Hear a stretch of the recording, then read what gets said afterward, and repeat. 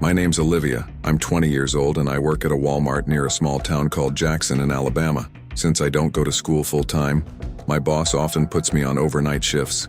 Back when the store used to stay open 24 hours, being a supercenter, there were usually still a handful of employees working the night shift. This particular night I was scheduled from 10 p.m. to 7 a.m. Only a couple of us were doing stock work and maybe one or two people were up front on registers.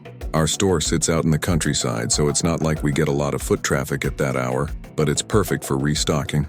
I didn't personally know the other workers that night, but it's such a big store, it's not like we'd bump into each other much anyway. I started my shift folding pants in the men's department, tidying up here and there. I usually kept my headphones in, no one around to tell me otherwise.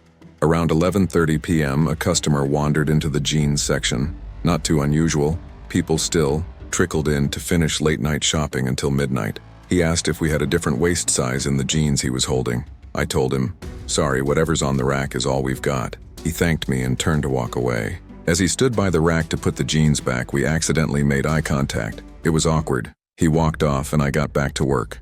Time passed, and the place turned into a ghost town. Nobody in sight, just me and the shelves. I think it was about 1 a.m. when I made my way to the appliances section. I was doing a lot of back and forth with boxes from the back, items waiting to go out. I wheeled a wagon full of stock to an aisle and started filling the empty shelves. Through the gaps I noticed someone in the next aisle, watching me. But as soon as he realized I saw him, he quickly looked away. His face, it looked familiar. I moved in closer to get a better look, and yep, it was the same customer from 2 hours ago. How had he stayed in the store this long without drawing attention? I rolled the wagon to the next aisle just to see if he had anything in his hands. Nothing, not a single item. There's no way he'd been shopping all this time and not picked up anything. Something felt off. I quickly finished stocking the coffee machines and other appliances, then hauled the empty wagon to the back. I lingered in the back room for a while.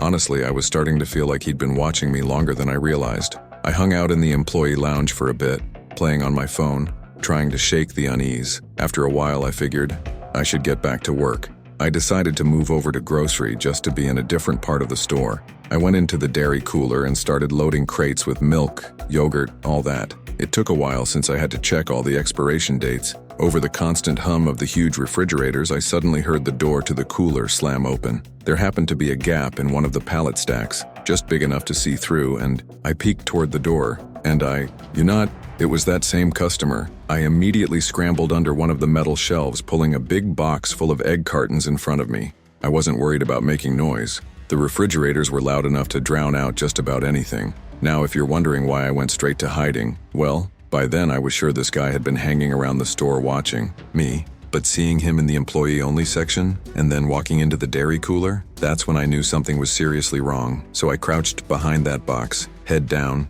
barely breathing, expecting to hear those heavy cooler doors open and shut again. Time dragged on. Eventually, after what felt like forever and hearing nothing, I started to think maybe he'd looked around and left. I slowly lifted my head from my arms and peeked over the box, and I screamed. He was right there, smiling, standing directly over the box like he'd been watching me the whole time. The smile vanished the second I screamed. He lunged forward, trying to clamp a hand over my mouth, but I wasn't about to let that happen. I shoved the box of eggs straight at him. Dozens of cartons tumbled to the floor, cracking and splattering everywhere. He stumbled back, startled and distracted by the mess. That was my chance. I bolted, ran past him as fast as I could, and thank God he didn't grab me. I didn't stop running until I found another stock worker. I was shaking as I told him what happened and asked him to help me. His name was Bob. I remember because of his name tag. Just then, the man from the cooler walked up to us, calm as anything. He apologized and claimed he was from corporate, doing a surprise inspection to make sure everything was running smoothly. Said he didn't mean to scare me, that he was just checking on me in the dairy cooler to make sure I wasn't slacking off. Bob seemed to buy it, though honestly he didn't seem all that sharp. I asked the man why he tried to cover my mouth. He said he didn't want to cause a scene. Then, as if that wasn't insane enough, he ordered me to go finish up the appliances section, and just like that, he turned and started speed walking down the aisle. I called out after him, "What's your name?" He called back, "Tom," and then he was gone. The next day, I called one of the store managers and asked if there had been any corporate visit the night before. I also asked if they had anyone named Tom on file. My manager, Margaret, said it was complete. No corporate employee named Tom was scheduled to visit, and no one from corporate would ever be in the store at 2 a.m. They pulled the security footage. What they found was enough to file a police report. That man, whoever he was a total stranger, and the cameras confirmed it. He'd been stalking me between the aisles for most of the night. After that, I told Margaret I couldn't do overnight shifts anymore. She understood. I still work there, but now I stick to day stock or cashier shifts. Nothing past dark. If there's one place you can count on to find the weirdest, freakiest people in our society, it's Walmart. I swear I've never stepped foot in a Walmart without seeing at least one person who looked like they came straight out of a nightmare. But even that doesn't compare to what I'm about to tell you. It was the Thursday night before Black Friday and our Walmart was open extra late. I was in there around 11 p.m. looking for a new laptop. Pure luck, I grabbed the last one left from a big promotional deal. Just as I picked it up, this massive, filthy-looking guy came over and told me he needed a laptop, badly. He didn't ask. He insisted. I nervously told him, sorry, it's the last one. His face twisted, and he started getting loud, angry. People were starting to watch. My heart pounded. I don't usually get shaken easily, but this guy clearly wasn't right. I clutched the laptop box and walked quickly to a checkout line, trying to ignore his yelling behind me. Some customers nearby tried to make light of it, laughing and saying things like, that guy's a total nut job, just to ease the tension. It helped a little. I got home later that night. Everyone in my family was already asleep. I decided to go outside, sit by the pool, and set up my new laptop. Then the motion sensor light on the side of the house flicked on. Now that happens sometimes. There's a small patch of woods near our house, so animals wander in now and then. Still, being kind of a big chicken, I went inside, locked the doors, and finished setting up in the living room. Then a car alarm went off. I recognized the sound. It was my Cadillac. I ran upstairs for the keys, pressed the panic button to shut it off, but it wouldn't work through the windows. So I stepped onto the porch and clicked it again. That's when I noticed a car parked across the street. It wasn't there earlier when I got home. In our gated community, where everyone has huge driveways, a car parked on the street stands out. I squinted and saw someone sitting inside. I went back in immediately and locked the door. I told my mom I thought someone was outside who meant us harm. My dad wasn't home, he's not always around due to a complicated situation, so it was just us. My mom came downstairs visibly rattled by what I told her. She looked through the peephole and gasped, her hands flying over her mouth. I took a look and felt like I was going to be sick. The huge, grimy man from Walmart was standing right on our front stoop. I whispered to my mom, I think he followed me home. Suddenly the doorknob started to turn. He was trying to open it. When it didn't budge, he began pounding on the door. My mom gasped and cried out, and my little sister came out of her room, panicking once she realized what was going on. The pounding finally stopped, and for a while, there was just silence, except for my mom talking frantically to the 911 dispatcher. A few minutes passed. Mom was still on the line, police en route. Then, a crash. A loud bang shattered the quiet from downstairs in the den. One of our windows had been smashed. My mom and sister both screamed. I yelled for them to run upstairs while I locked the den. Doran stood there waiting for him to try it, but nothing came. No noise, no struggle, just silence again. Then, I heard a police siren blare for just a second outside. Fastest response time I've ever seen. I rushed outside to meet the officers and led them to the den. They found him, hiding behind one of our couches. This huge, dirty lunatic was immediately arrested. We pressed charges right there. The whole time he was shouting threats and profanity at me, only digging his hole deeper. Both officers told me he seemed completely unstable, likely high on something. They assured us he wouldn't be bothering anyone again and told us to try and get some rest. So yeah, people love to joke about the weirdos you see at Walmart, but don't forget, sometimes those strange people aren't just harmless oddballs. Sometimes they're dangerous. Working the night shift at Walmart on weekends was my second job while I finished up college.